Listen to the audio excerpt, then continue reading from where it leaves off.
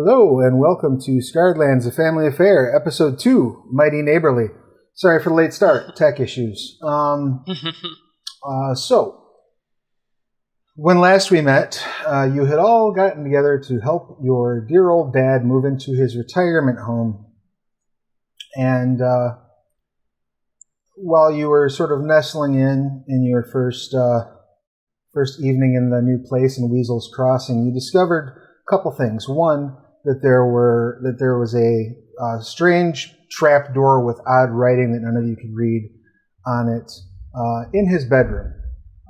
Secondly, as you were going out to bed down for the night, Korggix, you noticed some chewing sounds coming from the neighbor's farm, which you investigated and discovered that there were some rats attacking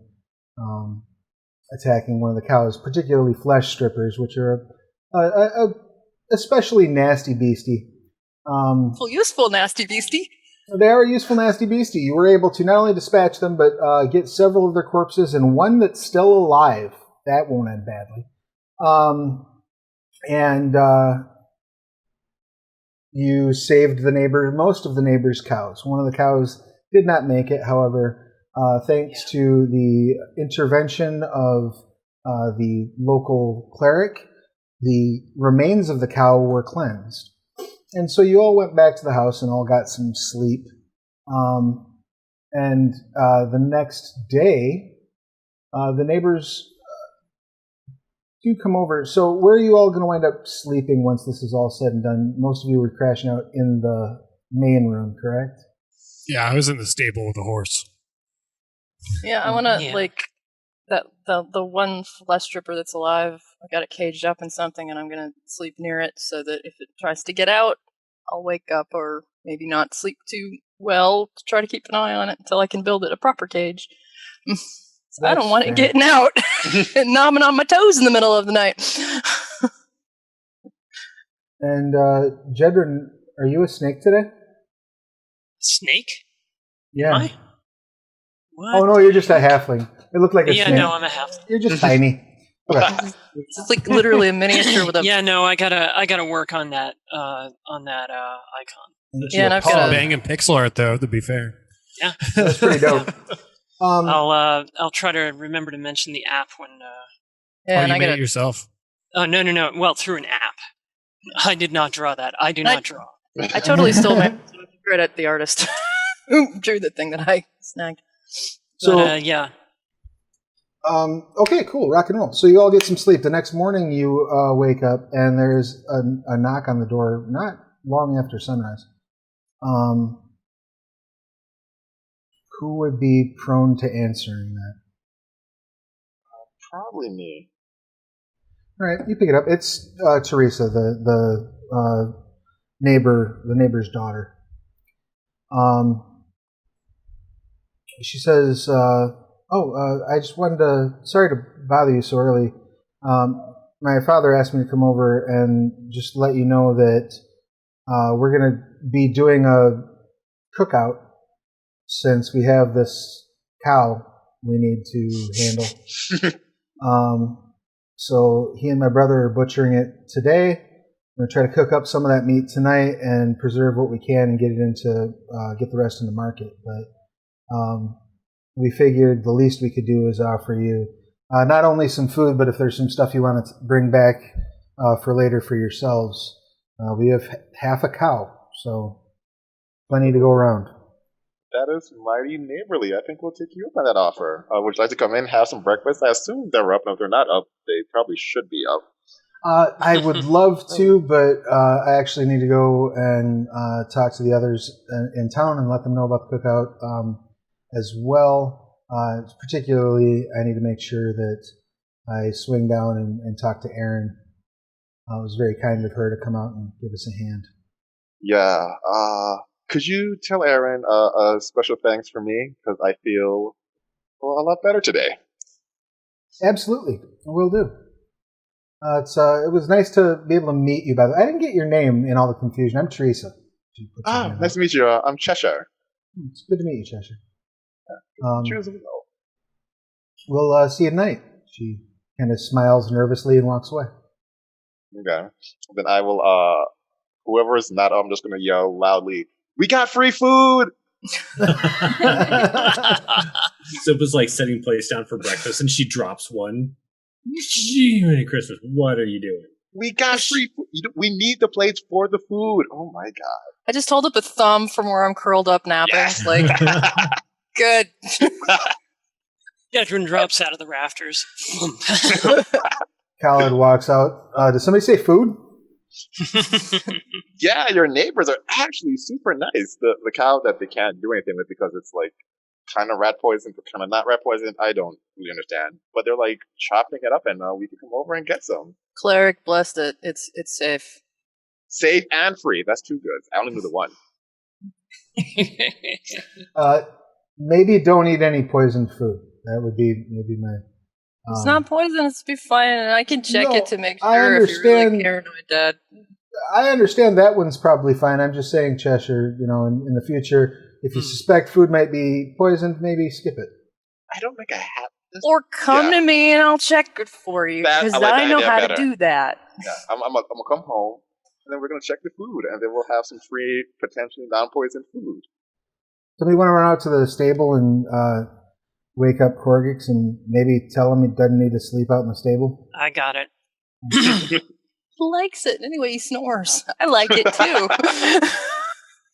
All this. He won't let me fix his teeth. What the heck?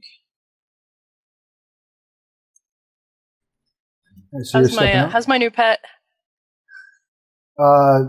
It's fine. It's breathing. It's. I'm gonna make a cage for it today. Oh, that sounds like a brilliant idea. My map view has flipped out, but yeah, I go out to the thing and get the guy to come in. So yeah, Jedryn comes and wakes you up. Korggix. You're loud in the house, dude. And he's loud in the house too. I'm just asleep.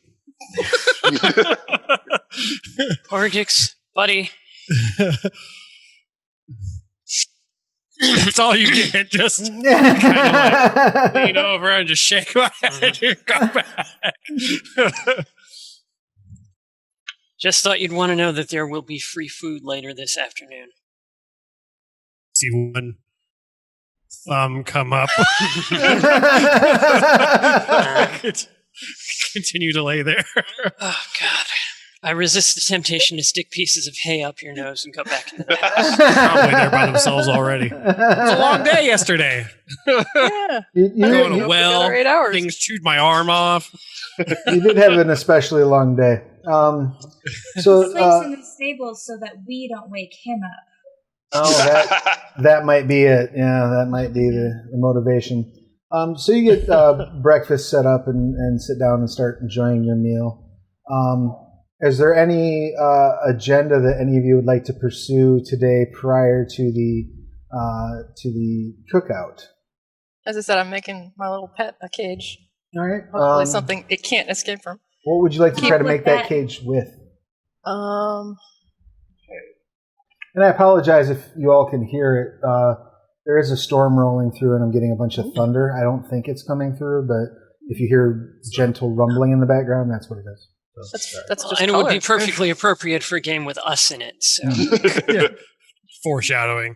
Is there a blacksmith in Sorry, the it's just town? us. there's I not. can get some help. There's not a blacksmith in this part of town. If you go up into the village proper, you might have one, but you haven't really explored up there yet. Maybe I can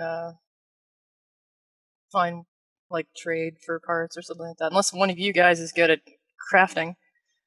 I'm good at crafting herbs, not so much cages, but I want to make I'm better at something. busting stuff out than keeping it in. I mean, I could make something out of wood. I don't think that's going to help. Probably would eat through the wood, so Yeah. I want Do to make you- something out of metal. Does Millie have any tool proficiencies? Yeah, herbs. High five! Yeah. You can definitely make it some nice treats that'll keep it healthy, but in terms of making a cage, no, you might have to head up to the village proper. That is what I'm doing today. Okay. I will go with. Excellent. Yeah. So the two of you are making your way up to the village proper. Is anyone else going up that way? Does the village know that we're here? I mean, I don't know that there's been like an announcement. But they've seen us before? That depends, I guess, on you if you would have gone that far up. It's a couple miles up the road from. Yeah, I think I'll tag along with the two that are already going, to be honest. I feel like going by myself is a bad call.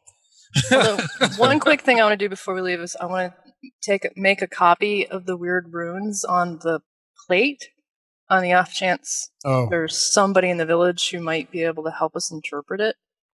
Okay. Just so that I can have a copy of it too. Because I don't like the idea of magical sealed thing in my dad's house. How would you like to go about making that copy? Well, just get paper. I've got paper and stuff in my inventory, and so I'm just gonna write it, put it on a paper and it looks like this. I'll write it down. Oh, so you're not gonna do a rubbing. You're gonna do a drawing of it. Yeah. Okay.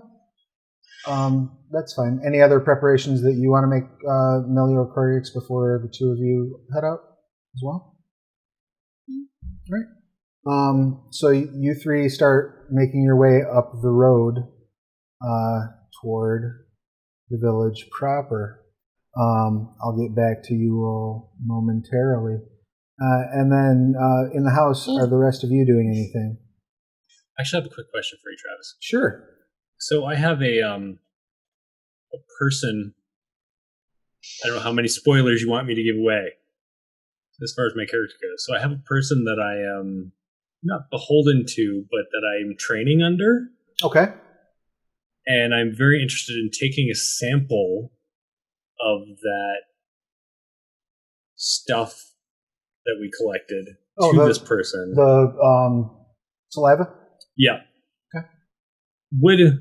I'm assuming that person probably isn't in this town, but would there be any other connections, any other operatives in this town that I could take it to send to him? The nearest town that would have a presence is probably about 50 miles away.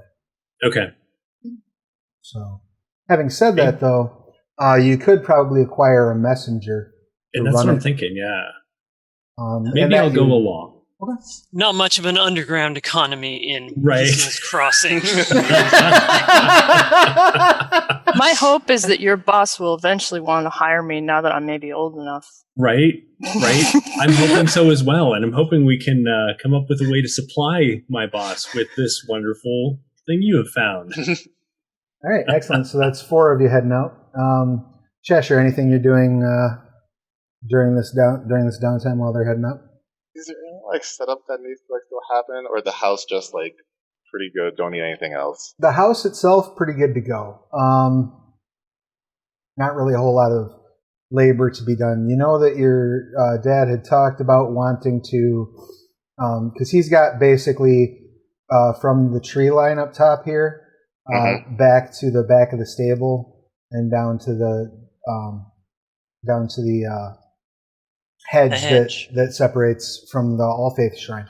So you know that he had wanted to maybe turn that back lot there into a small garden. So given that you've seen there's already some active wildlife, the construction of a fence might be a good idea. He hasn't mentioned wanting to do that, but might not hurt. Or just tilling the land would also be a thing that you could do if you chose. Yeah, I'll start tilling. You head out to the barn and you grab his till. It's definitely not seen use in a very long time. Oh. There's a layer of rust on it that's probably about a 1/4 inch thick. Then we're going to do the smart thing. We're going to put that back.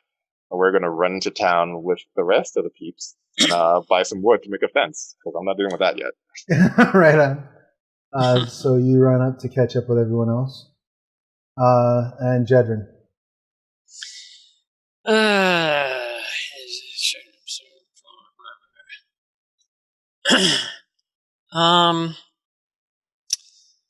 Problem is, this is the first time I have built a character whose only proficiencies are basically in taking stuff from other people. Like, I'm a woodwork, nope. A stone, nope. Blacks, nope.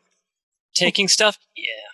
Well, maybe there's. Well, you're proficient with thieves' tools, correct? Mm-hmm. Yeah. That means that in addition to disarming traps and things like that, you can also build similar devices. Okay, so. yeah. And I do know a little bit about getting rust off stuff, so I don't know. Looking a little bit suspiciously in the direction of Dad's bedroom and his, secret sex basement or whatever the hell that thing is. I'm like, so Dad, I'm gonna stay here and work on the tools, because it sounds like they're kind of cruddied up. So I grabbed a basin of household oil and a couple of whetstones. And do you want a hand back there? Sure. Yeah. We can talk about training. What are we training? Oh, well, at least in my backstory that I sent to the DM, right. You're teaching me some of those tricks, Oh, yeah. That's right. Oh, yeah. Role-playing! That stuff. Yeah. Yeah, absolutely. So I guess we basically are doing that. So before you have a training accident now, because so you're going back, and he's got you, painting the fence and Yep. doing all the training stuff. There's actually no practical use for cleaning tools that he can find to. Yeah, no, it'd be all theoretical, kind of, Yeah, he's talking with you about Yeah. We get back, and he's just shouting from the house. Up! Wax on! Yeah. What the hell accent? What accent are you using? Well, it's supposed to be Dragonlance, but I don't really know. Exactly. All right, so the rest of you start making your way northward. The journey to the village itself is pretty much along a road that's made of dirt, as that last little bit of the northern map of the crossing shows you. There's really nothing fancy or special about it, and it basically goes past a couple of farms. That's really about what's between here and there. They do seem like larger farms. You do see that in a couple of them there are some halflings that are out toiling. And at least in one of the farms, there's a human, basically overseer, walking up and down, the bucket and a ladle, like pouring a ladle of water to each of the halflings as you pass. It's very obvious by the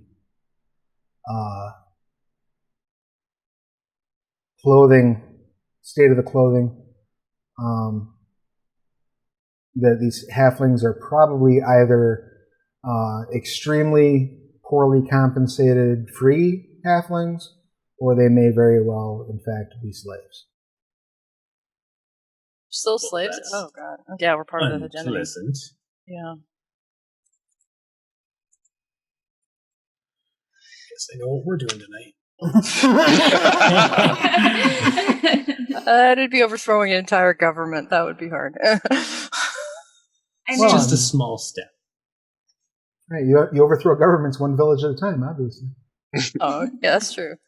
And there's a definite as you're walking, the village or the farm that's to your east has that sort of a scene. The farm that's to the west, the halflings that are out doing the toiling do seem to be better dressed, better cared for. So either they're free or they're slaves whose masters dress them better.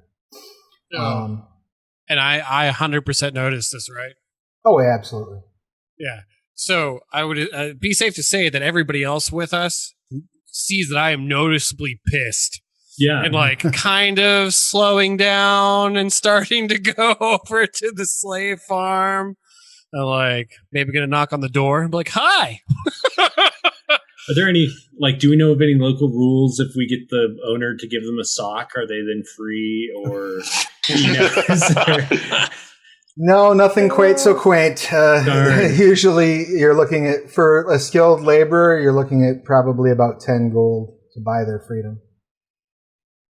Yeah, because my past does not necessarily wager me to... I would also just, do with this information what you will, but I would remind you that your character is also painfully aware that this is not unusual in the Calastian hegemony. Right, sure. And, but and the law is not on your side. No, the law is not on our side. That's why I said tonight. Tonight. But if you do want to... It's going to be everywhere, man. If you do want to go over... Where are we going to go? Galeeta's Grove? Well, is this the house that's like right next door? Like the next lot? Well, it is the next lot, but it's like a mile away from where you're at. You know what I mean? Like, it's like a 2 to 3 mile journey to the village, and you're probably about a mile up before you hit the next farm. Great. Does anybody have any cloth or anything? Seeing that kind of sparked that maybe I should cover my face a bit from the nose down. Paperwork that proves you're free. Don't worry about it. Well, that's not true, but yes. Dad would have paperwork that proves you're free. He would. Whether it's legit or not. He would. Whether it's legit or not, he would have that. Someone recognizes the Scrag that escaped. You probably, in all fairness, you probably do have some sort of papers that may or may not be forged. But covering your face is also not the worst idea in the world. Yeah, I kind of feel like covering it up or wearing a hood or something like that. I mean, I would assume you have a cloak, something that you can wrap your face in. Yeah, it's just something to not stand out, because I was like, if I go knock on the door and they're like, I know you, then we'd be in a lot of troubles. Well, I mean, you're still going to look like a buffalo under a tarp. But sure, right. But they won't know which buffalo it could be. Right, and you are geographically very far away from anyone who would recognize you. Basically, if you think of it in terms of like the overall space, so you were probably from down. I thought we discussed in your backstory. You're down from like you were in Calastia proper, right?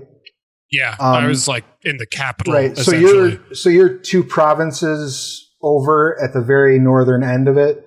I believe miles away. Yeah, yeah. So you're a ways away from anybody. Noble's got influence. That's true.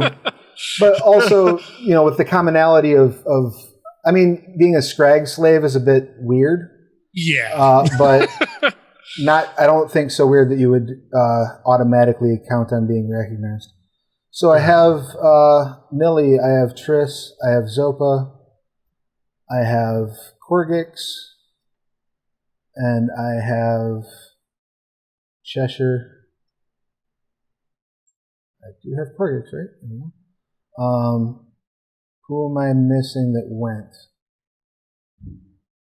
Is that everyone on the new map that went? I think so. Yeah, I think so. Yeah. All right, so you come walking up to the village proper. As you arrive near the village proper, first thing you notice is the village itself is walled with like a wooden wall up around it. There's a pair of trees outside of the entryway that sort of frame it, and each of these guard towers is occupied by effectively a militia member. They look like a farmer with a spear, basically, but they are keeping a good solid watch on it. Now, this is probably your first time in the village proper. You didn't go through here to get to Dad's? No, because this is north of where you're at. Like, at this point, you're pretty much on the border of, correct me if I'm wrong, the heteronomy, right? Yeah. How close are we to Gleda's Grove? Is it like that? You're like in that little multi-border space. So like Gleda's Grove is to the northeast of you, not far, probably 50 miles maybe. And then the hegemony is, so that little space where Zafisk and the hegemony and Gleda's Grove all connect, that's where you're at. Like right there. Yeah. Ish. Yeah. The convenience of having the big map. Yeah, so you're not far from either of those places. You could probably get to either one in a day if you really pushed. I wouldn't want to go to Gleda's Grove. It's like full of monsters, right? It's a scary place, yeah. Yeah. Grove my butt.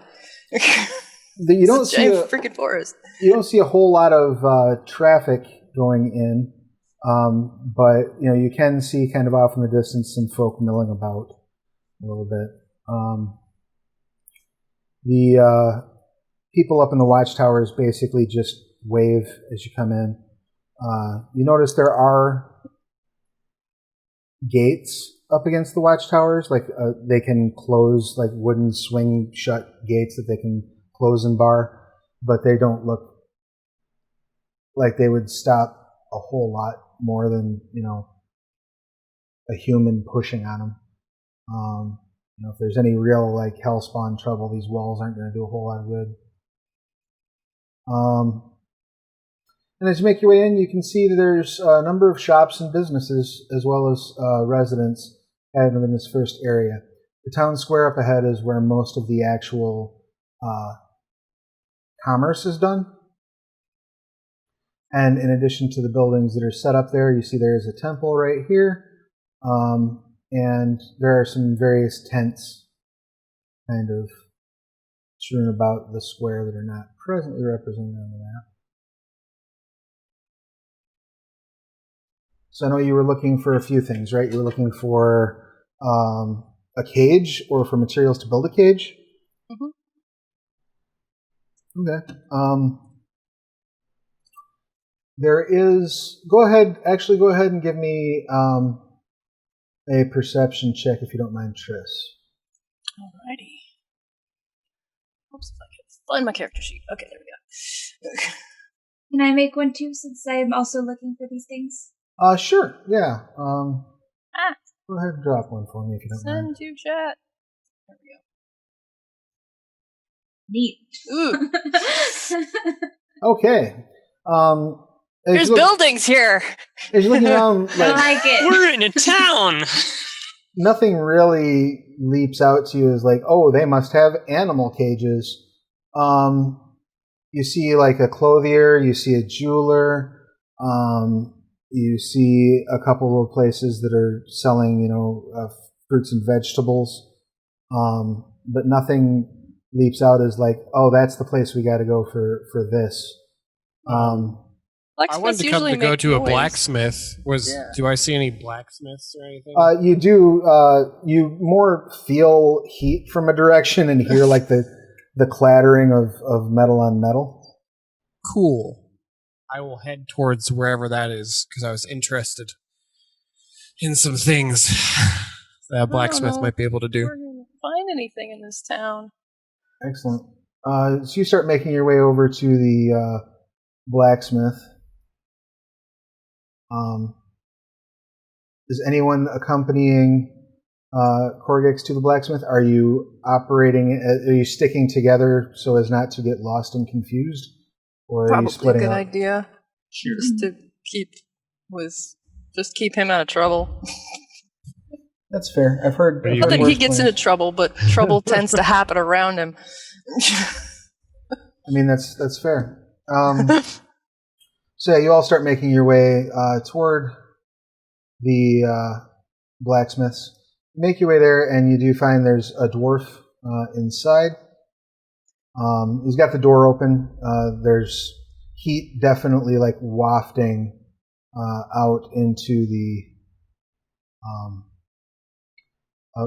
the square near where you're approaching. And you come up On the Smiths, it's basically directly across from the village well. This little room right here. And yeah, you see a Charduni dwarf standing at the forge. Looks like they're working on maybe a spearhead. Sweet. So I guess I'll just walk up and approach them and ask if they're busy currently with anything, I guess. So he points his hammer down at what he's smelting and says, yeah, kind of figured that was the route that we were going to go. Crazy enough, despite you being like a 7-foot troll, you are the talky one, aren't you? You have the highest charisma, I'm pretty sure. No, I think we're tied. You both? Okay. There's 16, something, right? something For you what? need. Charisma. Oh, no. Yeah, he's playing a sorcerer, but he didn't build a sorcerer. Just wait. Brilliant. Hey, we have a fighter that casts spells, okay? Mage hand for the win. So the fighter has a higher charisma than the sorcerer does. Did I hear that right? I'm a nice guy. I'm a Scrag. I'm not going to be Mr. Hump. I'm a negative, just charisma is a Scrag. I'm also always want to be in melee. Enjoy. Anyway, yes, Mr. Charduni Dwarf, I have all of this. And I produce a satchel filled with my teeth. And I was wondering, is there any value here for you on these? Fashioning anything? Can I sell these to you? Are you able to make me anything in return for me giving you these and you keeping the extra? Is there anything like that you're interested in? That's a sack of teeth.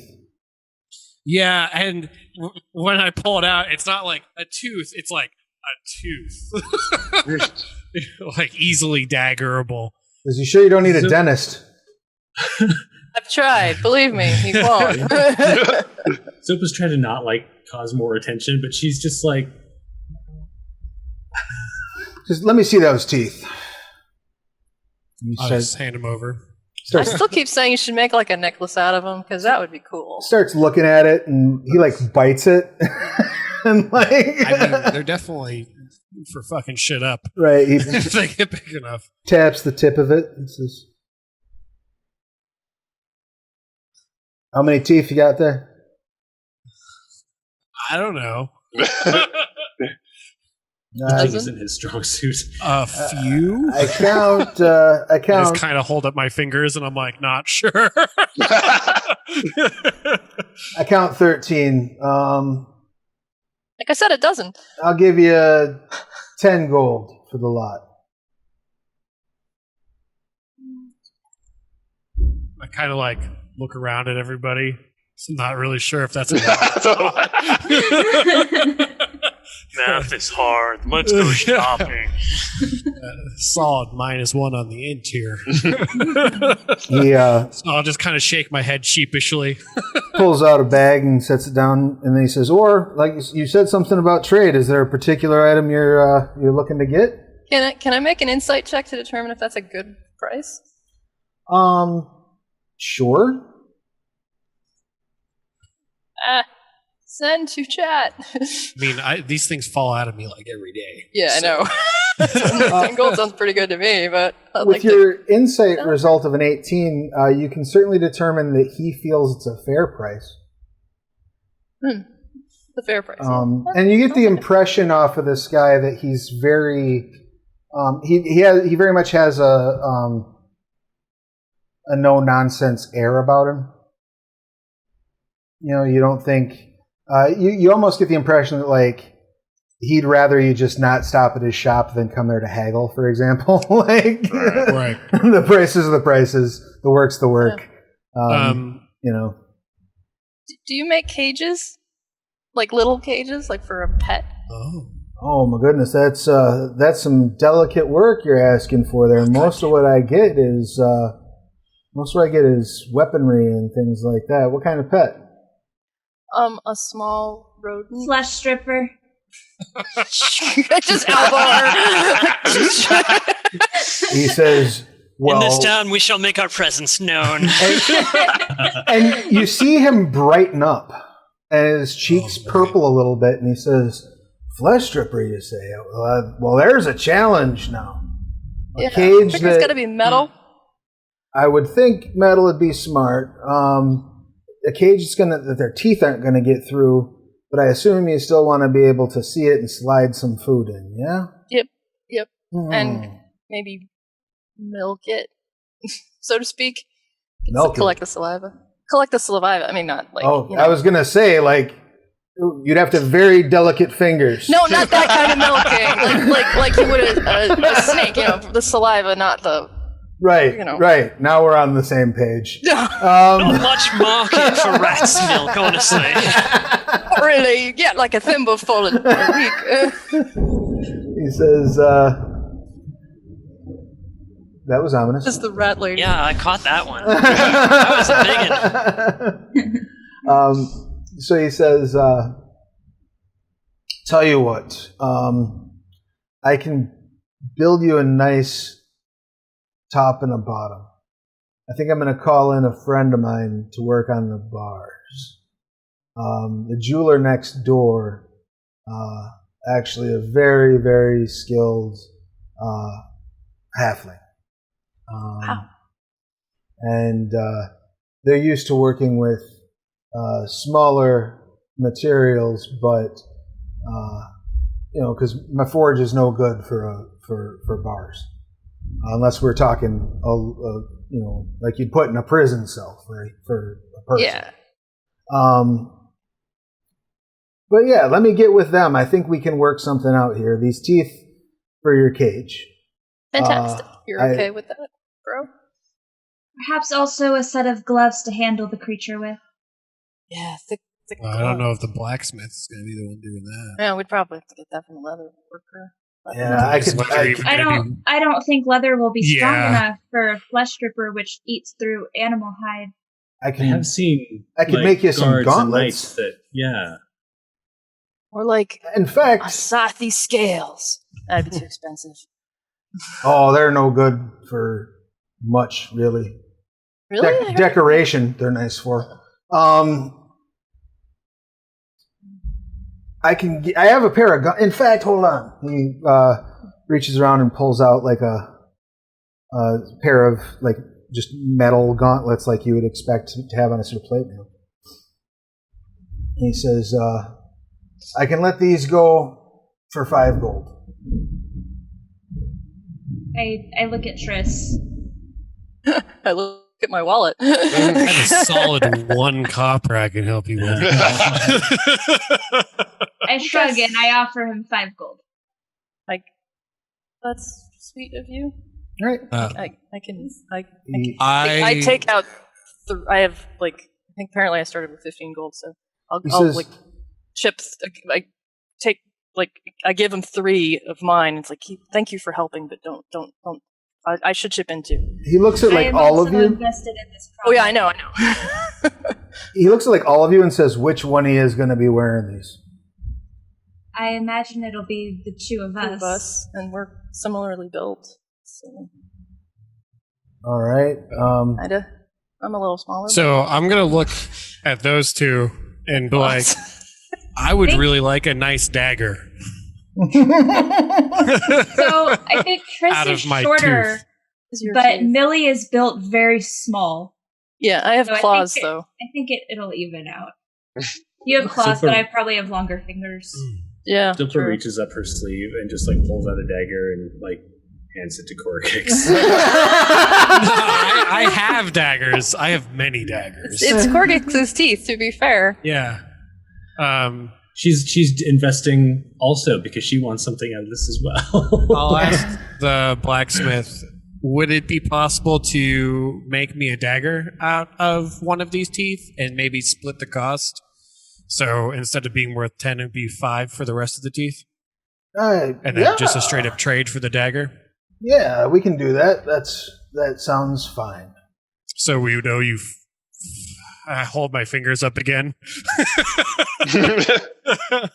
He says, so if we're going to do that, though, I'm going to need probably 5 gold to cover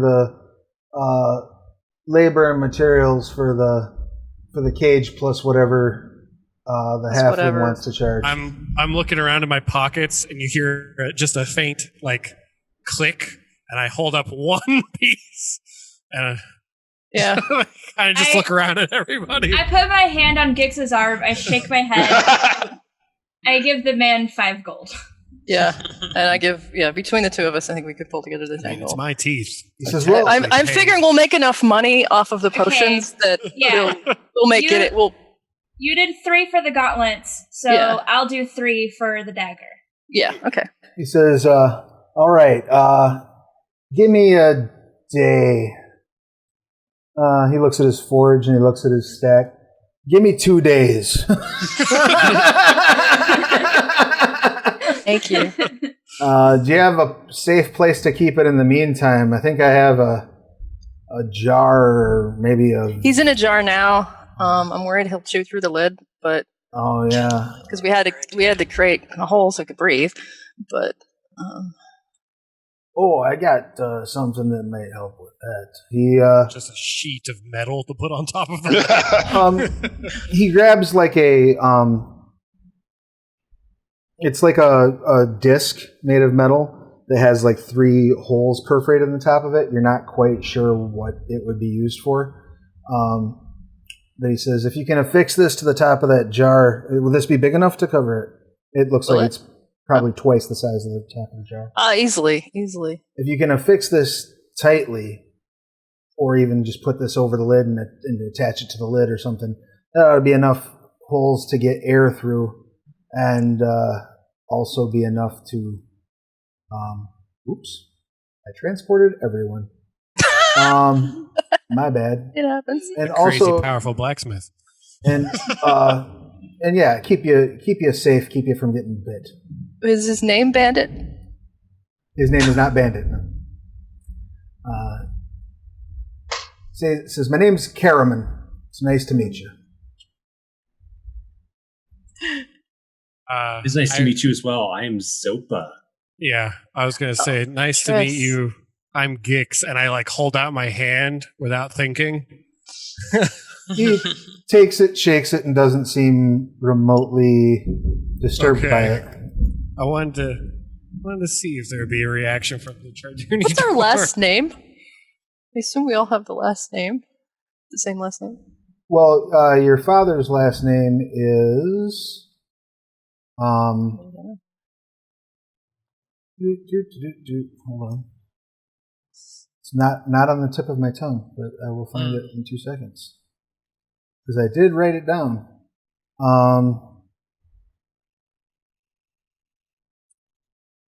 And whether or not you use his last name is up to you, but... Glassblower, thank you. Glassblower. We're the Glassblower family. I know we don't look like we're related, but a lot of us are adopted. Just to say all of us are adopted. Not my business what your parents get up to. Our dad just moved to town recently. Oh. You'll like him. Yeah, in one of the... Or outside of town. One of the houses here on the south ward? Mm-hmm. The one that was probably empty a few days ago. Well, there's a lot of houses empty down that way. Oh. Why is that? Around the corner over there. Is he pointing in the right direction? Well, he's pointing vaguely. Vaguely? Yeah. Pointing south. He says, had a spot of plague about 6 months back. Lost a third of the town. Before the cleric moved in? Yes, that's correct. Good. Well, hopefully she'll prevent it from happening again. She wasn't there. She wasn't. Are you talking about the cleric at the temple across the way? She was out of town. The acolytes there were not quite capable of fighting the plague off. You're talking about the one that's down at the All Faith Shrine. I don't think anybody went and bothered. No, I'm talking about that one. Yeah, there's I think you'll find that many of the townsfolk here are a little bit skittish about having a Sutak that close. Well, we're not. Said looking at my siblings. Good to know. Thank you, sir. Indeed. Nice to meet you. Come back in 2 days. I'll have your things for you. Do you happen to know where I could find a messenger or a runner to send to another town? They employ runners over at the temple. Excellent, thank you.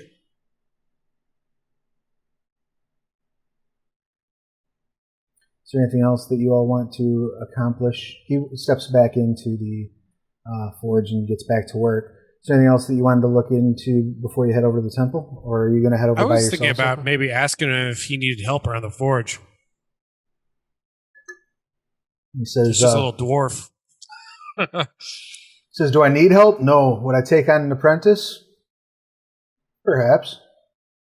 Well, an apprenticeship requires far more time than we may have, but I'm willing to help around for a little bit of money. All right. Plus, that way, I'll know right when everything's done. What do you say to 5 silver a day for, cleaning up, grabbing things for me, supplies, things along those lines? Sounds good. Beautiful.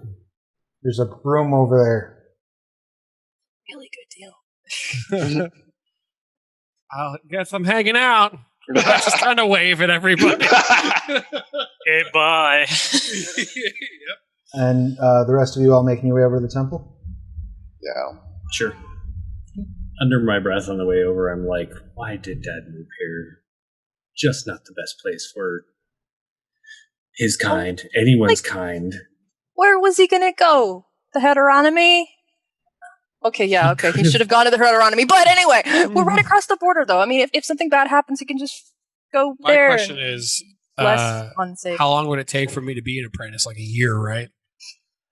To learn anything from him? Well, no. I mean, it would be based in work weeks. How many work weeks you spent? Because I was interested in watching him work my teeth, so I could pick something up off of my teeth. Oh, sure. I mean, you would need to spend several weeks studying that, but that's not outside the realm of possibility. You don't know how long you're going to be in the area, so you can certainly start that process. Sure. Yeah, I'll mention to him that that's what I'm not interested in how to make a gladius, What can I do with these things? I have a lot of them. Where do the rest of us live or are going to be living since Dad bought a little house? I mean, I would assume, I know a couple of you said that you are basically wanderers by, under the normal run of things. Otherwise, you would have a place wherever you would like to have a place, really, based on what you've spent on your lifestyles. You may all be looking for a new place, having abandoned the familial sort of manner that your father had previously occupied. It's kind of up to you. Sorry, weather issues. I will edit these all together into one continuous thing later. If we get knocked out again, that'll be it. But so far, so good. Things are holding out. So, where were we? Oh, yes. You were all getting ready to head over to the temple to see about getting a messenger for Zopa, yes? Yes. Yeah. Except for me, I'm hanging out with the blacksmith until he releases me from work. And so as the two of you roll into the temple, the first thing you notice immediately is while the other shrine that you've encountered is an all-faith shrine, this one is very much dedicated to a single deity, and that deity is Chardun. Yeah! So you roll in, and immediately you see a Charduni dwarf and a human that are sort of kneeling at an altar. Looks like they're doing their prayers. They're both wearing indicators of office, so they have holy symbols on their clothing. The dwarven man is dressed in basically a tunic wrap and leggings, and has a spiked chain that's wrapped from his ankle all the way up around his leg, around his waist, and then comes like up over his shoulder into like almost like a bandolier wrapping, and then wraps down his opposing hand, down to his opposing hand. The woman is dressed in like a chainmail, like hood and shirt, and has spikes sort of peeking out from under the chainmail on her shoulders, and a whip at her side. And you see there's a couple of other townsfolk in there that are praying that are not, don't appear to be wearing any sort of holy frock. And there are a couple of what you can only assume are probably acolytes wandering about that are dressed in like tabards, basically, with Chardun's holy symbol on them. Disappointed that there isn't a church of Enkili around here, because... funny that. Right. Yeah. Is there a donation box, I'm assuming? There is a donation box. I will... if there's one thing all the gods like, it's money. Right? I'm just shaking my head like, no, don't. Making sure that the priest and the Charduni see I plop some silver into it. Mm-hmm. I'm not passing the doorway, man. It's like... Burst into flames. Well, I'm like, if anyone I follow, it's like Denev, obviously, and Enkili, not Chardun. So is anyone else waiting outside? I'm like in the building, but I'm not like leaving the... You're staying in the standing stoop, in the door, basically? like just next to the doorway. I'm not going in. It's creepy. All right, so Zopa's going in. Anyone else? I'm going in.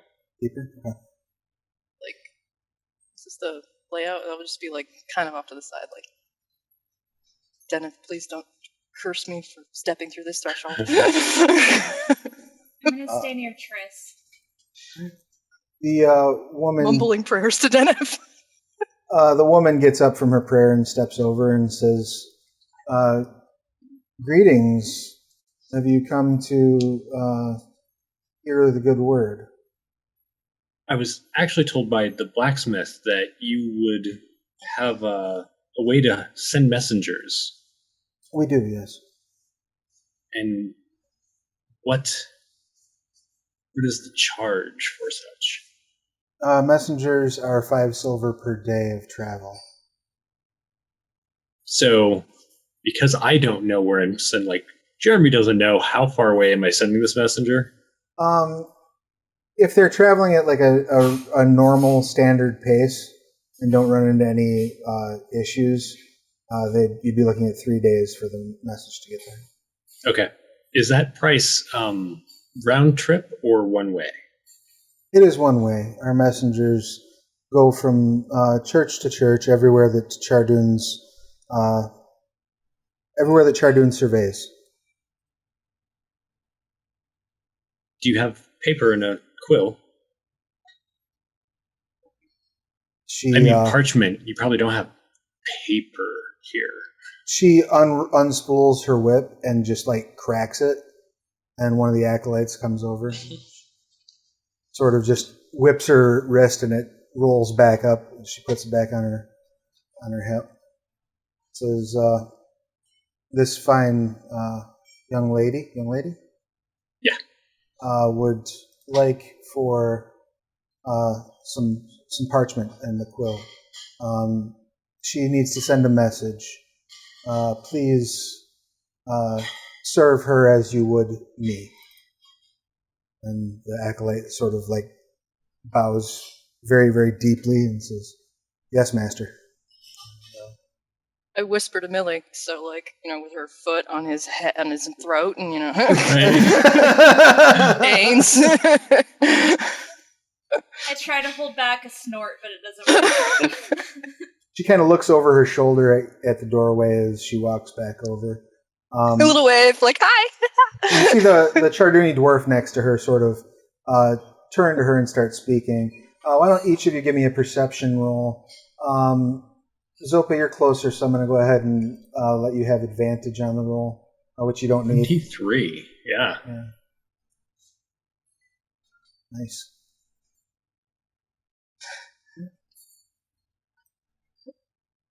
So those of you who got above a 15 can... Those of you who got a 10 or above can hear that they're speaking. The dwarf is speaking. Those who got above a 15 can hear specifically that he says, "What does the strange one want, my love?" And the woman says back, "Just a messenger. You're traveling with a odd band, though." I whisper to Millie, "Yeah, it's totally kinky."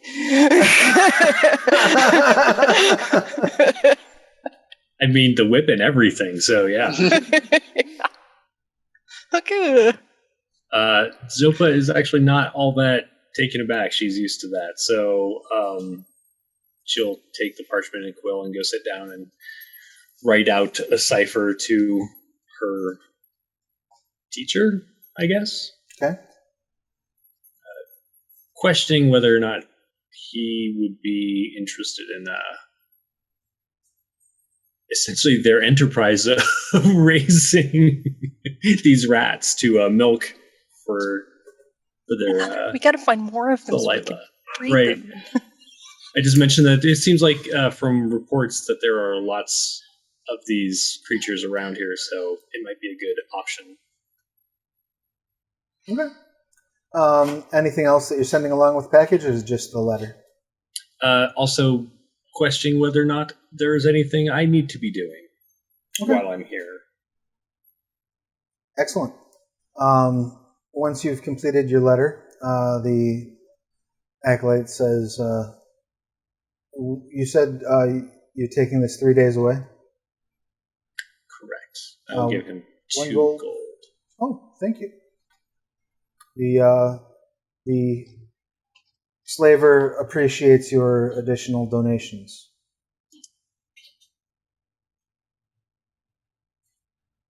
And the messenger takes off out the back door at like a jog.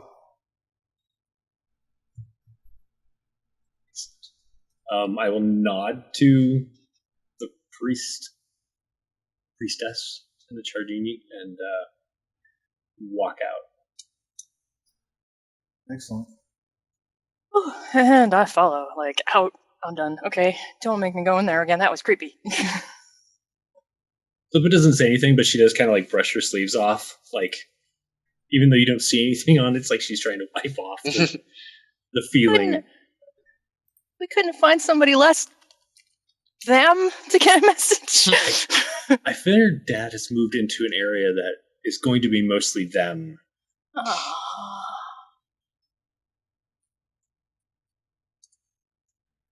Still the forest. I was hoping more, foresty people.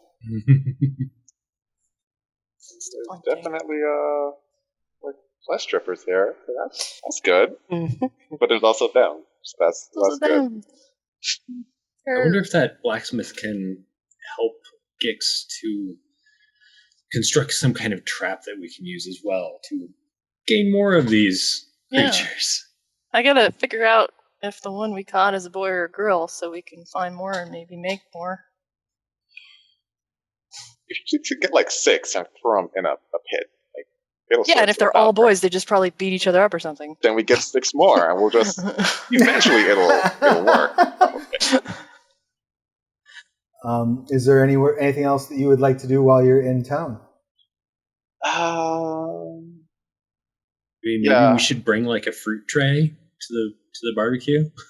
Oh yeah, we should bring something to the barbecue. That's a good point. You go, Cheshire, was there something that you arrangement? Edible arrangement. That's a good point. I'm gonna be hospitality to the new neighbors. We could get all of the fruits shaped like cows. So it'd just be the tradition is in this. And one half a cow. Right. I don't know what the tradition is necessarily.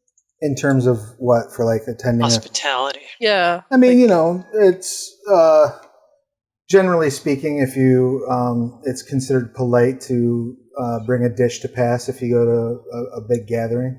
That's not unusual to expect. So if you wanted to grab some fruit from one of the local vendors, you could probably get a nice-sized selection and sack of fruit for, we'll say, 5 silver. Maybe make a pie or something. Alcoholic punch. Oh, yeah. Booze you can acquire. There is a Chardonnay brewer that has kegs of ale for sale. The kegs will go for 2 gold each. There are also wines that range from 5 copper for a bottle, which really is more like rotten grape juice than actually wine. It's kind of closer to vinegar. Doesn't sound very good. And then you can spend as much as 50 gold on a bottle of wine if you wanted to. Oof. Ooh. I don't know if you New have that goal. much money. Excellent. All right. So if you're going to go ahead and buy that fruit, go ahead and deduct that silver from your loot. I'll do so. And I will get back to y'all in a minute. Whilst that is occurring, back home, let's see here.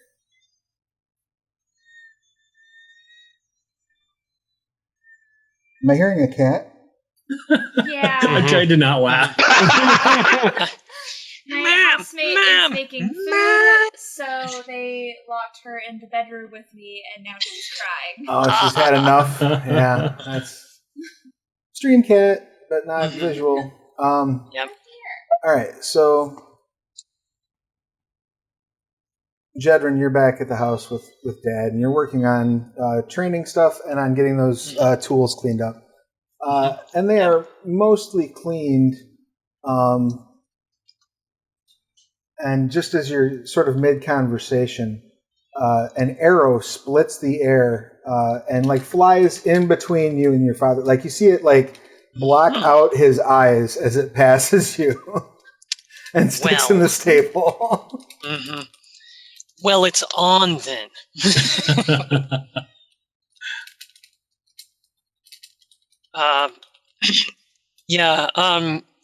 Like quick side roll on my shoulder, and as I'm doing that, I'm bringing up my hand crossbow, which, yes, I do have with me because You were training. you never know. Nice. And sighting back along the line that the arrow came, and ready. You hear a voice from the tree that says, "If I'd wanted you dead, you'd be dead." And a woman drops out of the tree, an elven woman. Khalid looks over at her and says, "Can the theatrics, will you? You just about gave the kid a heart attack." Woman walks over, blonde elven woman, very attractive, wearing oak leaf armor and carrying a long bow and arrows. Yeah, well, if you hadn't killed me, I might have wanted revenge. She mutters under her breath. I take it you know this person, Dad? Yes, this is an old friend of mine. Oberyn, this is Jedryn. Jedryn, this is Oberyn. I wasn't expecting you for a few days. She nods and says, "Yeah, I had some interesting local color, so thought I had better double time it to get here." And he nods, says, "Well, why don't you excuse us for a moment, Jedryn?" I say. Walking away and basically eyeing Dad the entire time like, quiet retirement, huh? I'll just go inside and polish the silverware. Stock. You all kind of go in the house, and he takes her into the bedroom. And The bedroom, eh? He does, in fact. You're polishing the silverware. Go ahead and give me a perception check if you don't mind. I was going to say, by polishing the silverware, I mean leaning inconspicuously against the bedroom wall with my ear pressed hard to it. So, where's my character sheet? There it is. Astral heaves mightily into life, and I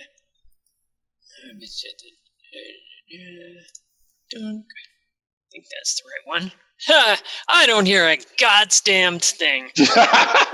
Yep. You hear the bed move, well insulated. and then you hear the bed move again, and then you hear like heavy sighing, Ew. and then you hear a slapping sound.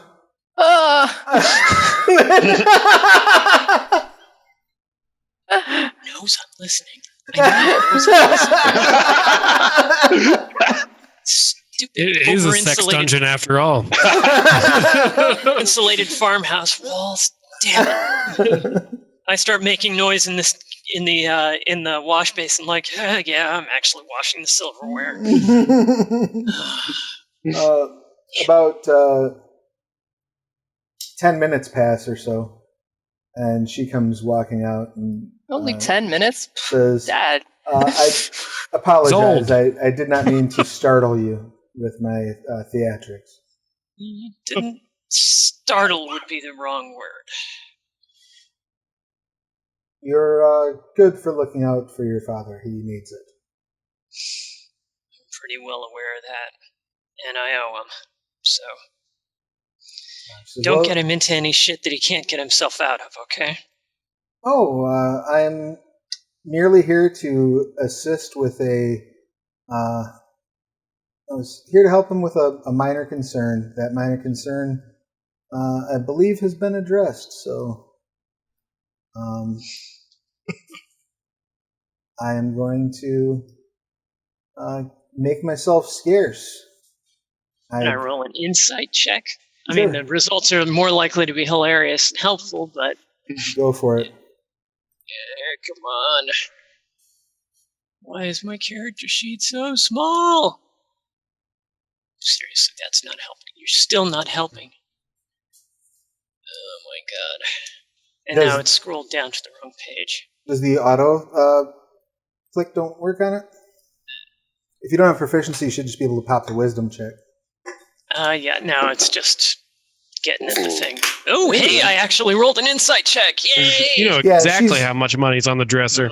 She's definitely being deliberately cagey, and she certainly doesn't have any sort of a glow about her. In fact, if you didn't know better, you'd say she's a little frightened. Definitely sex dungeon. Yeah. Didn't mean you meant literal sex dungeon. I must be going, yeah. Right. Well, if you need anything, you know where to find me. Duly noted. He smiles. And, good day. And she takes off.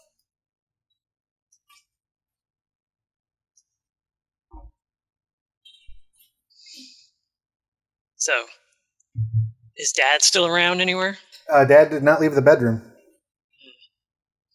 Smoking a cigarette, you know. Yeah. Walk over and knock He's on the still door. in the swing or some shit. He says, come on in. And as you open the door, he's folding up a piece of paper and sort of tucking it in his pocket.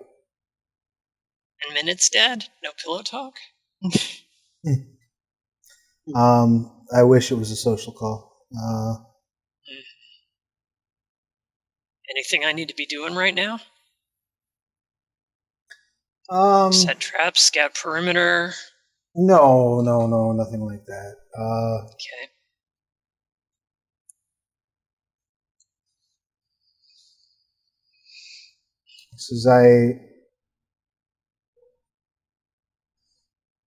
We may have some work to do. I don't know if I want your siblings involved with us.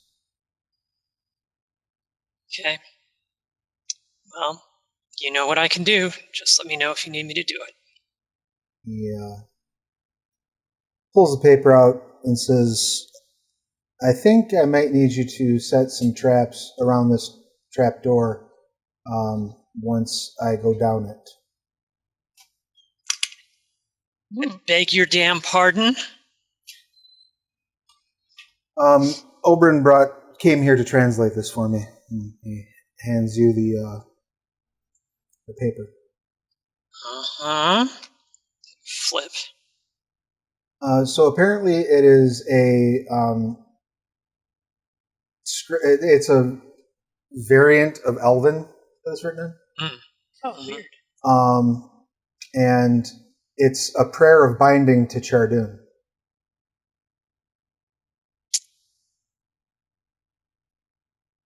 As in, Chardun, please secure this door? Yeah, basically. But it also has instructions for how to open it. Without non-destructively, basically? Yeah, so it says that only with a price paid in blood can the door be unsealed.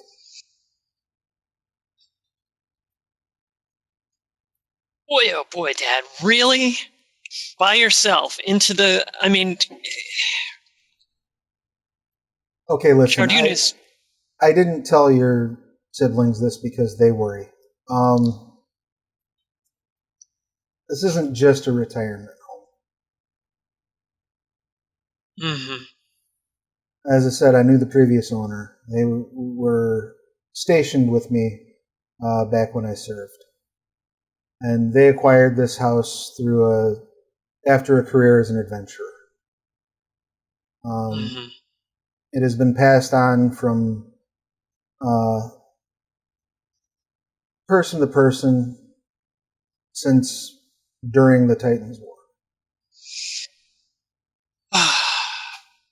Realize this isn't making it sound better to me, okay, Dad? I understand. I'm just trying to give you the overview of what's happening here. Yeah, I'm sorry. The rumor has it according to the lore, there's a weapon sealed in there that was used by Chardun during the war.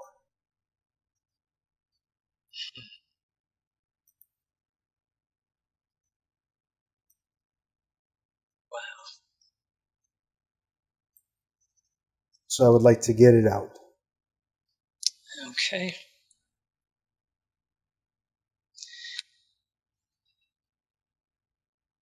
Well, make sure you leave me instructions on what to do if shit goes sideways.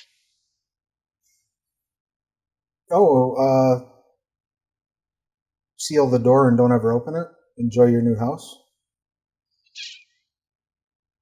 Those would be the instructions. Okay, then.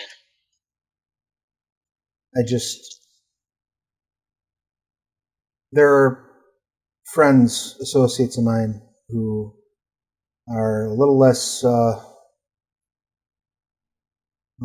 at the end of their days than I am, that would benefit from having an access to something like this. Supposedly, aside from its martial prowess, this weapon of Chardun's can forge and release binding pacts of servitude. You sure alone is the right way to do this? I don't plan on getting anyone else killed on my account. Chances are very good it's in a room with some traps on it. Nothing I can't handle.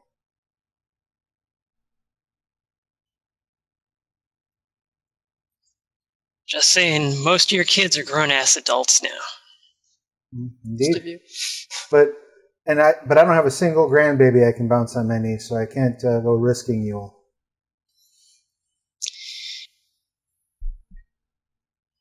We've talked about this. All right. Well, I'm not pressuring you. I'm just saying, mathematically, one of you could give me a grandchild.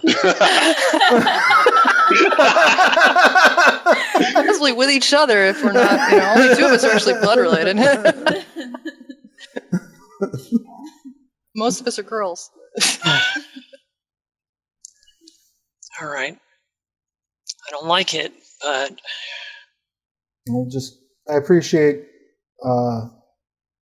you keeping it under your hat, and I appreciate your willingness to help.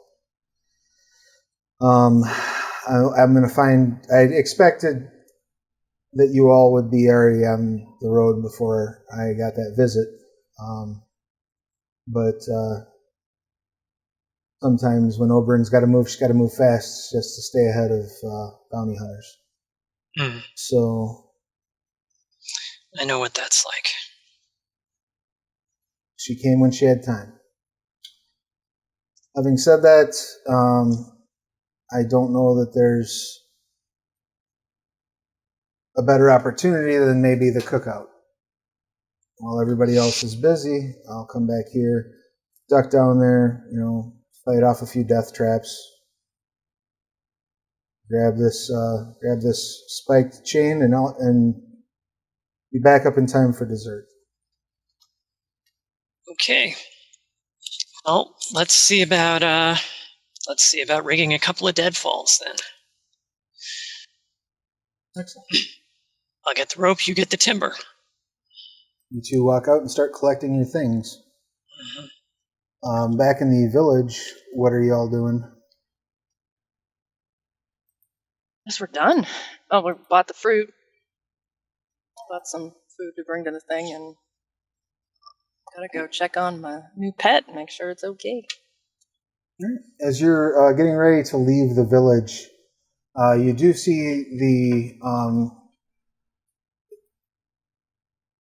Charduni dwarf and the priestess out on basically the front of the temple, and they're speaking with one of the acolytes. Everybody go ahead and give me a perception roll, see if you can overhear what they're saying without having to sneak in too much closer. And are you leaving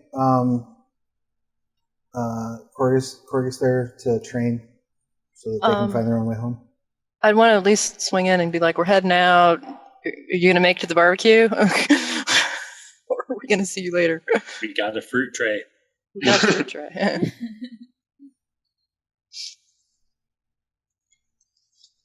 Korggix? Just kind of look. I assume I have some bullshit in my hands of some kind that he's having me do.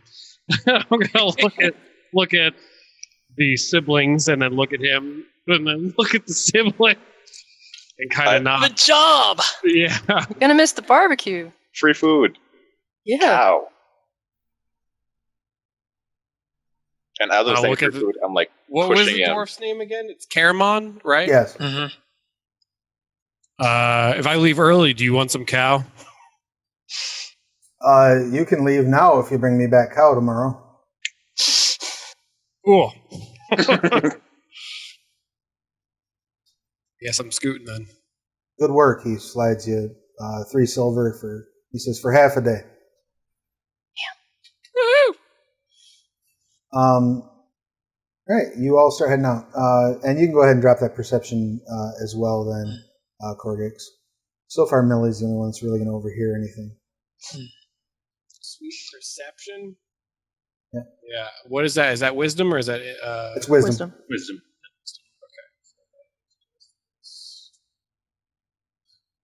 Yeah, there's people there. Yeah, there are people there.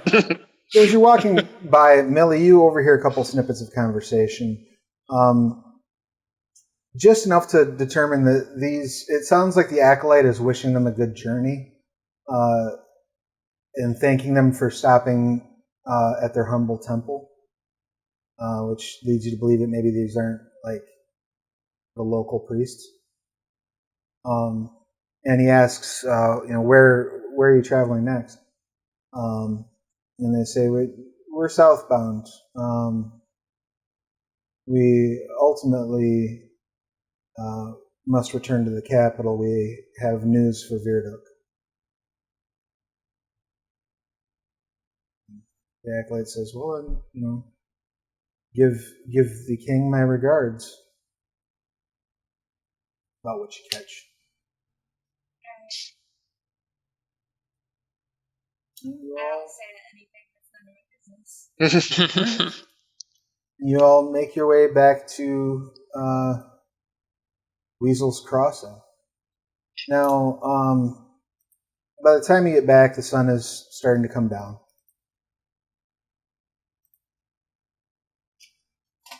And you can smell the cooking meat at the neighbor's place. And you see Jedryn out and back. By this point, probably testing the tools, working the till, making sure that it's functional. As you see the others come walking up, carrying a fruit tray and some gloves. It looks like they immediately want to make sure the little critter's okay, hasn't escaped. Yeah. Hopefully Jedryn's been keeping an eye on him. You going to approach them as they come up, or you mean the rat that eats people's faces off? That rat? Yeah, I've been kind of. I got a new lid. Good. Can you help me fix it, maybe? Yeah, I can help. I can get my tools. And we ordered a cage, but it's going to take a few days. Of course it is. And why don't all of you make all of you that have come back make an insight check, and let's get a deception check out of Jedryn. I was figuring. Unfortunately, I'm very good at what I do. Fortunately, I am related to you, so some of you have seen it right through me already. Yes. Fortunately, I can't roll for crap today. Zopa's actually just wisdom. Yep. Zopa just keeps repeating how proud she is of Gix for getting a job. So she's like completely not paying attention to what. I'm like super excited that I have a job that I'm not being forced to do. Putting all my effort into the little critter that I've got, so I'm not really paying attention. So, Korggix in Cheshire, get the impression that there's something off about Jedryn. She just seems witchy. Yeah. What would you say would be the best way to describe Jedryn's mood? You've probably seen plenty of times when Jedryn was up to shit. And usually it's directed at other people, and you're like, she's aiming that shit at us. Like, Jedryn's big thing is basically she tends to be very nondescript. She sort of vanishes into the woodwork. And you guys are like, I keep noticing that I'm not noticing Jedryn, and that can't be good. Is this like up to shit like, I'm going to put a whoopee cushion on someone's chair, or... I would assume there's not a whole lot of joy in Jedryn's demeanor right now. Yeah, no. Joy? Okay. She's definitely testy and trying to avoid opportunities to talk. Gotcha. Okay. I'm going to take like an apple or something off the fruit tray. I think I'm do my best to find Jedryn, although the last time we played... Don't ruin your dinner. No, it's fine. It's not for me. It's for me. Where's Jedryn? I mean, at this point, she's kind of walked up to the group, and you see your dad come out, the front door and start walking over to the neighbor's place. When dad comes out, does Jedryn do anything? Let me see. Like avert their eyes, or an 18 on definitely not doing anything when Dad shows up. Yeah, I mean, you got you had the 19 deception, so that'll carry for the scene. But Korggix also is kind of onto you. So if there's any small tells of what Dad's presence makes you feel as you're walking out, glancing between Dad and the house, and then over at Zopa, and then back at the house, and then back at Dad, and then kind of, smiling. Oh, that's not a good sign. I'm gonna walk up to Jedryn, just like stand right next to her, kind of like I know you're up to something, but I won't ask questions. I'll hand her the apple to remind her, like you're not alone, and then we'll just like hang out. but I will push her towards the beat because we're... Yep. I'm definitely not doing that. So I noticed like the eyes darting back and forth. Yeah, a little bit. I'm just going to bluntly be like, what's going on? There's not a whole lot. Like, you're going to... Is Dad involved? What happened while we were gone? Like, very, like, almost aggressively so. Like, because I know about your bullshit, so I know that you're bullshitting. Now my eyes are darting between Korggix and Jedryn. Jedryn looks like she... I was about to say something to Cheshire, and now I'm like... Just stop bickering. Jedryn, help me put this thing on top of Annie's little box. Where close the is gloves Dad? if you're You gonna named change it. the lids? Yeah. Annie, for anesthesia. I'm going to yell at Dad. You're just yelling for What's him? going on? I'm just going to be like, what's going on? Gotta do this for the barbecue. He says, I'm over here getting some food. What's going on with you? No. Come eat up. And I point at Jedryn. No. Something is going on. Come eat. We'll What talk. happened? Always going on. Come on. anything. I'm going to start pushing Jedryn away from the free food as much as he said. Says, come over and eat. We'll talk after dinner.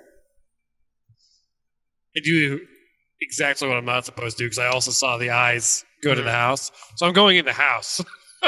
I need to And- secure this critter before I go and get the free food. I was the one who saw and noticed the runes and shit for some reason on the fucking hatch. Yeah. So that's my area of interest. So that's where I'm going to look. Is everyone going in the house? I'm just going to follow Jedryn wherever she goes. Is everyone dead? I'm going to the house because, like I said, I gotta go wherever I'm keeping the little critter. And I'm supposed to be... Probably. I'm supposed to be going to help with the rat, and yeah, I'm like, you know, the look on her face is quite clearly the op is blown, abort. like she, it looked like she was about to try to do something slick with Cheshire, you know, like, hey, come here for a second, help me get some more plates. God, just tell you some shit to do. Now it's just, it's all fucked, it's on fire. Korggix is definitely very intimidating when he figures shit out. You So walk up to the door, Korggix, and it's locked. Door to the bedroom? Yeah. Or the door to the house? Door to the bedroom. Okay. We can fix that. How locked?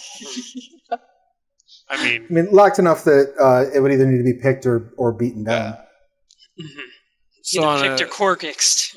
yeah, I was gonna say I have a solid 17 strength. Is that enough to open the door? You can try it. You get one of your siblings to do it for you, your sisters to do it for you. Who actually knows Korggix what to do doesn't without breaking understand door the down. thought process that you're trying to invite him to right now. Go ahead and make an athletics check. Yeah. Oh my god. Oh, a strength check, you said? Yeah, the strength athletics. Athletics. Yeah, so if you're proficient with athletics. Sort of very linear physics based. 2 rogues in the family. So 15? My bullshit added? You push on the door, and it's pretty solid. You figure if you maybe bang into it a couple more times, you can get the wood to break. But at this point, all the rest of you see Korggix trying to work the door open. What are you doing? Something's wrong. I'm Why are glaring you trying daggers to break at it Dad. down? Dad walked over to the neighbor's house, so he's not even like... But he does hear what you're doing, so he's going to make his way Yeah, back. there's some bullshit afoot. That's what I'm going to say. Dad is up to something stupid and doesn't want most of us to know. Fantastic. He walks in with like a plate full of meat. What am I doing that's stupid? You only got one plate. Yeah, we need meat for meat because we owe apparently some beef to a. You all have legs. I told you to go get food. I need Why to is the fix door the rat locked? first. Why is the door locked? Because I have ropes and knives and things that are sitting out, and it's dangerous, and I figured I better lock it. Why are you... Now, Now, I know he's full of shit just from that answer alone, but do I need to roll to see if Korggix is like, oh yeah, I buy that? Because Korggix does. I feel like he just doesn't buy that at this point. Are we all rolling insight at this I point? mean, that's fair. You can all you can all assume that he's being unnecessarily flip about having weapons laying around. I look at my short sword. Yeah, I have like 3 daggers on me, and I'm a walking arrows. weapon. But yes. And my robe. And my flesh stripper pet. He says, "All right." He kind of shoots a glance up to Jedryn and says, "You're just awesome at keeping secrets, aren't you?" We need to work a little bit on your deception abilities, I think. All right, so yeah, I got the key to unlock the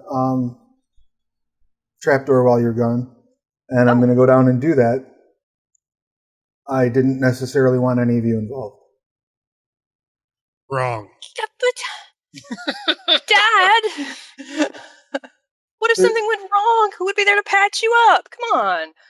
You can wait up by the top of the trapdoor and patch me up. Sure. What's your time frame? But you got to tell me when you're going down it, so I know to do Well, that. I was going to go while the rest of you were all over there eating at the neighbors because, once again, didn't want to create a bunch of ruckus over the situation. But now that we know, like, how long should we wait? Well, no, it's not like I mean, Korggix we're is just gonna immediately go into like the magic having sword. separation anxiety.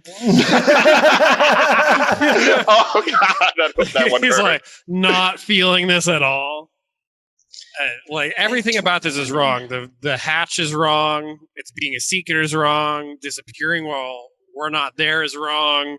Like something isn't right. So Bought this house because of that hatch, didn't you, Dad? yeah, that's basically where I was going with it. I It's mean, like, what?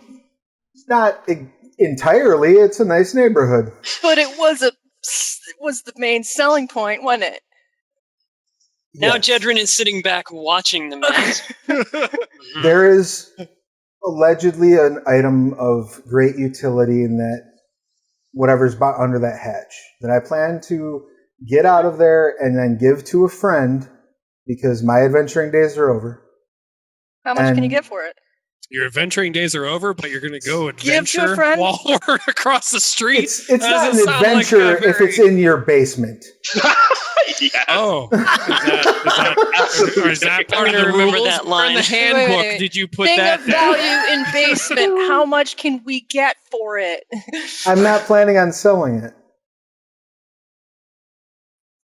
What are you planning on doing with it? Like, give to your So friend, who do you owe a great deal of money to that this is? It's not about owing a debt. It's about if the item is what it's rumored to be, it has great power in forging and breaking bonds of servitude.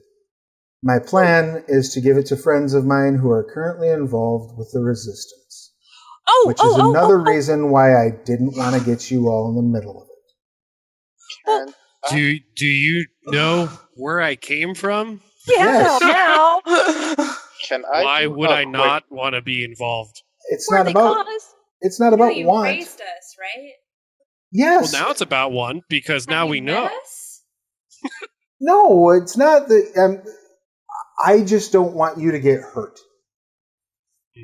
So Can I you do lie a quick instead. insight check to see what he thinks his survival chances are? Yeah, go ahead and make an insight check. Korggix is about to give him some shit. I clicked. Shall I click again? Oh, you came through. Okay. 19. Yeah. Both amazing. It is obvious to you, like underneath the veneer of this casual conversation, you see something you've literally never seen in your father's eyes before, which is mortal fear. Okay. So I have stopped talking. I'm putting on my chainmail. Yep. Equipping up. What are you doing? I'm putting on my chainmail. You should know this by now. I know you're done adventuring, but it should not be that hard. I see Cheshire getting ready, and I sigh, and I start getting ready. And Listen, I'm going to be as intimidating as possible to dear old dad and be like, we're coming. I tried to warn you. You can come with us if you want. Or we can all sleep in the same bed. I love that. You can come with us if you want. That's beautiful. Well, Korggix is Big mad. He says, before any of us go dropping down this tunnel into who knows what, we need to have a little conversation that we're going to have next week, because we are 15 minutes over. It's about honesty, right, Dad? And meanwhile, Zopa's just standing over at the barbecue, like with the fruit tray, freaking awkward. Because she's just like, where did everybody go? I don't want to leave and be rude. Strawberry? Well, you back the house is completely empty. Gix was definitely yelling at Dad at that point. So you did hear some noise for sure. But that's where we'll wrap things up for this week. Nice. I apologize for the technical issues. The storm seems to have blown past, at least for the moment. But thank you all for sticking around and for working through it with us. Let's go ahead and do our outros real quick, and we'll be back next week to find out what is under the house. So let's start things out with Jolin. Please go ahead and give us all of your pertinent details. You mean Jedryn? I did mean Jedryn. Why can't I read your name? Jedryn. Don't worry about it. Oh, because I'm looking at our fancy fonts that are small. Yeah, the fancy fonts are hard to read on. I need to change those. In any case, hi, I'm Fran Stewart, the no longer the merry rattling rogue, and I'm playing Jedryn, the surly halfling troublemaker, and my pronouns are she, her, so are Jedryn's, I mentioned at the top of things that I've used an app to build her little icon, and that app is an Android app called Reroll, which I recommend pretty highly, actually. It's a pretty nifty little thing for doing character pixel art. As for myself, I'm a writer. I worked with my wife, Sarah, who's up here somewhere, on a Scarredlands novel called Vigilant Through Shadows and Dreams, Book 1. And I've written various other things, including modules, and you can find most of those on DriveThruRPG. And if you're interested in tracking me down for some reason, you can find me most places as Fran or Francis Stewart. And on Twitter, you can find me as @RonaldValor. And I like making new friends, so show up and say hi. Sweet. Next up, we have Zopa. Please give us your pertinent details. I am Jeremy Hochhalter playing Zopa, he, him, she, her, and I do stuff. I don't even know what I do today. It's one of those days. You can find me on Twitter at WHPubs or on Facebook and here on Twitch at WH Publications. I publish on DM's Guild and DriveThruRPG. On Wednesdays and Fridays, I host stuff on Twitch with Chaz and Sarah and Tric, sometimes Fran. One of these days, Travis and Ayli are going to get on there with us. Yay! I would love to. That would be awesome. Yay! Yeah, let's find a time and make it happen. Yeah. Next up, we have Triss. Please give us your pertinence. Hi, I'm Sarah Stewart. I play Triss. I am she, they. Triss is she, her. Triss is a rat folk druid who makes poisons, apparently. As Fran mentioned, co-author of Vigilant Through Shadows and Dreams, Book 1, and have several titles on DriveThruRPG, and work with Jeremy on Fridays doing the lore you know. Last week we talked Shelzar. This week we're going to talk... I don't know. Are we moving on? Or are we going to be like, there's more Shelzar? We'll see. It's a big town! There's a lot. I don't know if Shelzar's worth 3 sessions, but okay. There's a lot in Shelzar. There is a lot in Shelzar. We're running... the game that I run on the first, third, and fifth Wednesday is set in Shelzar. And we literally like cut a line in the map of like, this is the part of town you go to. Yeah. You're not allowed to go to that part. No shot it for you. Yeah. So we talked about that last week, and also do tabletop transmissions occasionally with Fran, which is a podcast, and this game. Whatever the hell else we're doing. So you can find me on morelikethisindustries.com and more like this too on Twitter. Awesome. Next up, we have Cheshire. Please give us your pertinent details. Hi, so I am Chaz, PhD student who studies music and video games and storytelling and all that fun stuff. And I am playing Cheshire. We are both he, him. Cheshire is the fighter who wants to be a wizard or thinks he's a wizard or is kind of a wizard. No one really freaking knows at this point. Also, Wednesdays on Jeremy's channel. See, I remembered! Yay! Like 5 weeks. There's publications on Twitch. We're doing a Final Fantasy XIV themed 5e campaign. Oh, that's dope. So this Wednesday is the second episode. Yay! Well, I will have to check that out. Yeah. What time does that run? Yes. 1:30 Eastern? Or 3:30 Eastern, yeah. 1:30 my time. Do you have to know from Final Fantasy to get what's going on? No. The only real thing that we're drawing from Final Fantasy XIV is a supplement that did a whole bunch of classes from the MMO. But everything else is kind of homebrew of my own world. Okay. Oh, that's dope. Oh, you're running? Having some anime, Yeah, having I'm anime DMing. reference and like knowledge might help with some of the crap I'm like, my character does this. Gotcha. Cool. That's dope. All right. Millie, go ahead and give us your pertinence, please. Hello, I am Ayli, she, her pronouns. I play Millie, the brilliant Tiefling ranger, she, they pronouns. And I am a fetish model. You can find me on Twitter at Kitty Curiosity. It's spelled like that. I am also part of an X-rated D&D stream called Roll for Seduction, and you can find us on Twitter at Roll Seduction or online at rollforseduction.com. But please only check me out if you're a legal adult. For real. Grown folks only. You will get grown. It'll happen. And last but not least, Korggix, give us your perks, please. Hi. The hair trick on everything. Twitch, variety streamer. Twitter, same thing. I go by Tric. He, him, just as Korggix or Gix. Who is a giant puppy stuck in a Scrag body, basically.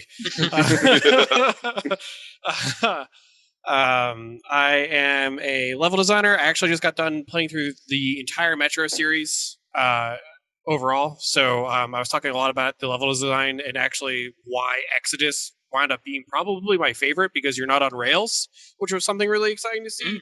And it's also beautiful. It was a stunning game to look at. But if you're interested in ever discussing about anything about level design or anything like that, I was Relic Entertainment, THQ before the bankruptcy, Sega after the bankruptcy, level designer outsourced for the Company Hero series. I was a little bit of an outsourced consultant, I guess, for Dawn of War 3 that failed overnight. And I don't know if that speaks about anything for me, but, you know, whatever. And I was part of a total conversion mod for Doom 3 called Edge of Chaos. But if you're interested in any level design stuff or all the cheap tricks that people use, that was actually what I was going through with Exodus recently that some people that were new actually found kind of interesting, is how 5 rocks, if you spin them in the 3D plane enough and smush them together, look like new rocks.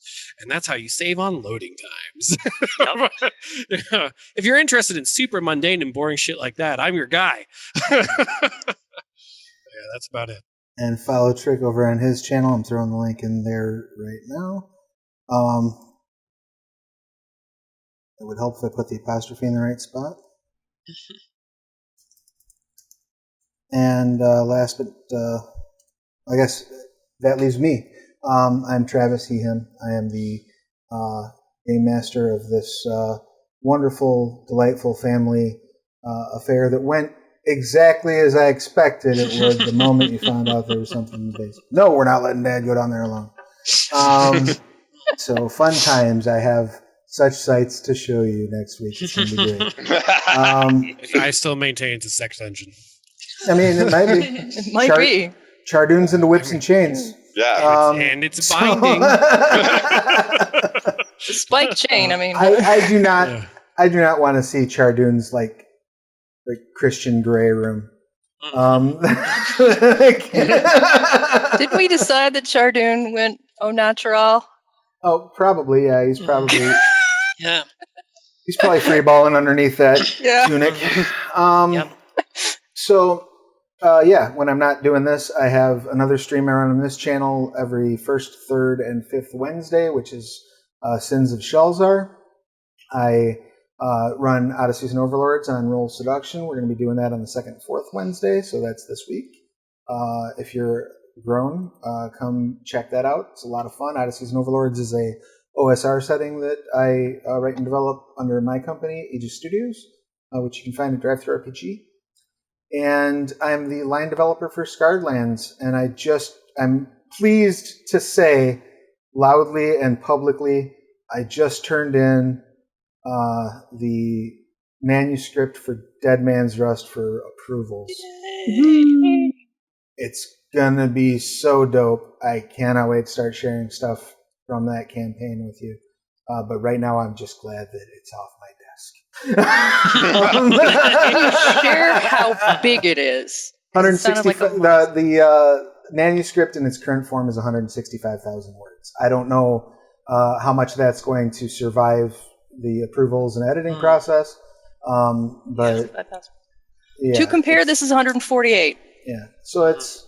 I mean, it's a campaign that takes players from level 1 to 10. So, we're looking size-wise. Our goal is to make it comparable to Curse of Strahd or Storm King's Thunder, or Vengeance of the Shunned, I also, I don't know if I should say this publicly or not, but I have been asked to go ahead and kick off the second phase of that Vengeance of the Shunned print-on-demand project. So nice. I am in the works to get the side quests in a collected print edition. How exciting. So I will keep you posted as soon as that is available. I will be letting everyone know. If you haven't picked up Vengeance of the Shunned yet, head over to DriveThruRPG right now and do that.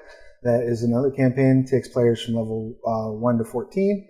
It was created with, I think, 20-some-odd community creators working together. It's non-canonical right now, but it's a lot of fun. And if you fuck up horrendously, you get to fight Vangle the Ravager. Yay! Kind of like fighting Tiamat at the end of that one. Right. If you show up at Vangle's place, you got the bad ending. Just FYI. Or the good ending. Yeah, or good ending if you're into being killed painfully. Just getting eviscerated. It's fine. Yeah, that's us. So if you have not done so, please like, share, follow, subscribe. If you sub on Twitch, it helps out immensely. And just a reminder that I do have my Patreon, which is patreon.com/TravisLegg, where we're now doing immediate VOD access. So if you're subbed on the Twitch, you get immediate VOD. If you're on Patreon, you get VOD and or audio pretty much day of, day after, as soon as I can get it uploaded. And then it goes public the following week. If you're listening to this on iTunes or Spotify or any sort of podcast aggregator, pretty please with sugar on top, leave us a rating and a review. That helps immensely in terms of us finding a new, broader audience. And I want everyone to love the Scarredlands as much as we all love the Scarredlands. So thank you all players for your patience with my technical issues today. Thank you audience for your patience with technical issues. And those of you who are listening on the podcast, hopefully won't know about them because I'll just edit the shit out. But yeah, we will see you again this time next week. Take care, everybody. Be safe. Wear a mask. Holy cow, please wear a mask.